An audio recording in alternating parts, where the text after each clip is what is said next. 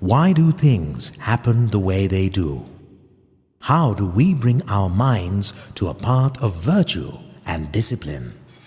How can an act of intolerance that took place far away change itself to become an act of courage, peace, and devotion in another place across the seas? How can we all be devoid of pain and suffering and be at peace?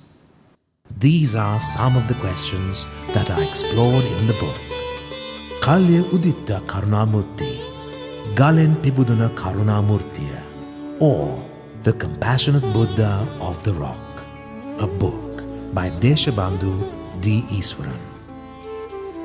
Rambadagala, a small village near Kurunagala, is home for the Monaragala Vihara, a village temple run efficiently by the chief prelate, Venerable Amaramauli Thero. On a sunny day in May 2001, he was sitting in his usual spot under a shady tree near the temple.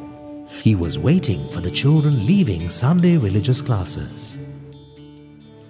He was shocked to see some children walking towards him armed with small stones.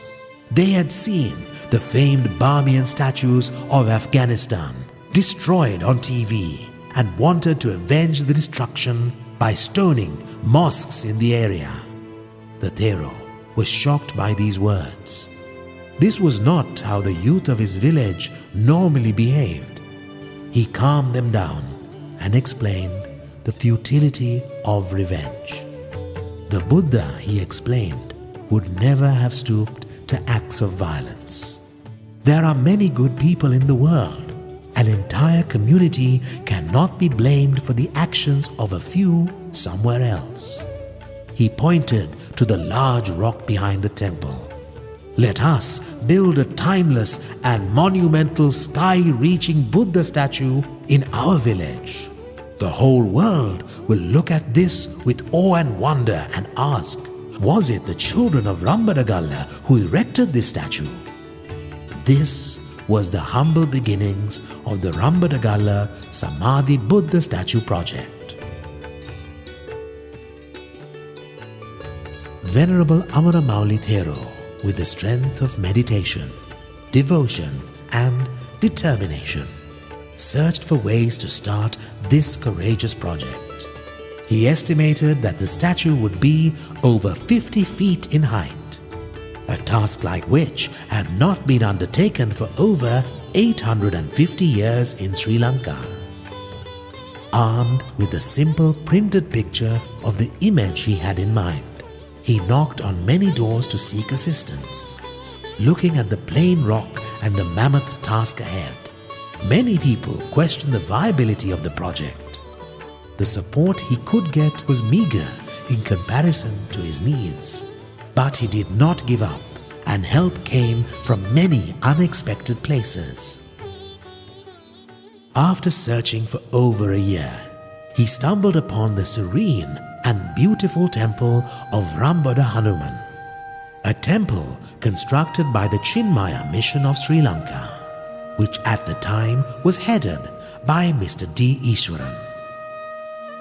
They met on the 22nd of February 2002 at the Hanuman temple in Rambada and struck a rare and deep friendship, an unlikely friendship between a Hindu businessman and a Buddhist monk, a friendship that paved the way for this monumental achievement. Working together, they set off on a journey to make this amazing dream come true. Mr. Iswaran gave the moral, spiritual and material strength for Venerable Amaramauli Thero to undertake the project.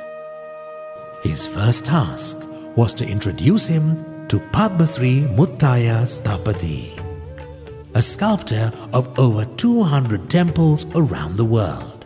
Muttaya Sthapati visited Sri Lanka and saw the rock. He saw the Buddha in Samadhi in the rock. Muttaya Sthapati, after many visits to test the rock, designed a 67.5-foot Buddha statue in a seated pose. His design was a work of art. The pose, known as the Samadhi Buddha, is an image of how the Lord Buddha was meditating in his first enlightenment. With true Samadhi, our focus is so strong that the self vanishes. Muttaya Stapati waived off his own fee for the project and declared that this will be the seminal work of his life. With the help of several sculptors from Tamil Nadu, India, the Buddha started revealing himself from the rock. The years went on. There were times when it seemed that the project was on the verge of running out of support. It was only the dedication shown by the monk that kept it going against all odds. The country was in the midst of a civil war, and for many, the priorities lay elsewhere. Mr. Ishwaran recounts this period as a difficult one. There are several examples of how the power of thought can produce unimaginable energy and action in this world, and cites the Venerable Amaramauli Thero as a living example of this. When a noble project needs supporters, they appear. Key among them was the chairman of the DSI group, Mr. Nandadasa Rajapaksa. With his unflappable assistance to the Thero, the people of Sri Lanka finally learned of the emergence of the Samadhi Buddha. Over 15 years passed as the Buddha revealed himself. The sadhu always knew that divine help would eventually complete the project. As His Excellency Maitripala Sirisena, the President, unveiled the statue, there were many who shed tears as they understood that this was the culmination of a dream that took a decade and a half to become a reality. It is also not a project undertaken by kings. It was conceived by a monk with few resources and supported by common people of all walks of life, irrespective of their religion or community. In the final year of his life, Deshabandhu D. Iswaran wrote The Compassionate Buddha of the Rock. The book was composed as a repository of the true events that occurred over the years. The story of the statue and how it emerged was not written in praise of one or a few people. It was meant to inspire the young people of Sri Lanka to work together, to build bridges across communities and promote spirituality. If a monk with no resources can achieve such a task, what can you not achieve? What world-changing ideas have you dreamt of but not acted on because of fear and doubt? The compassionate Buddha of the Rock has taught us many lessons. Shed your doubts and take on the challenges.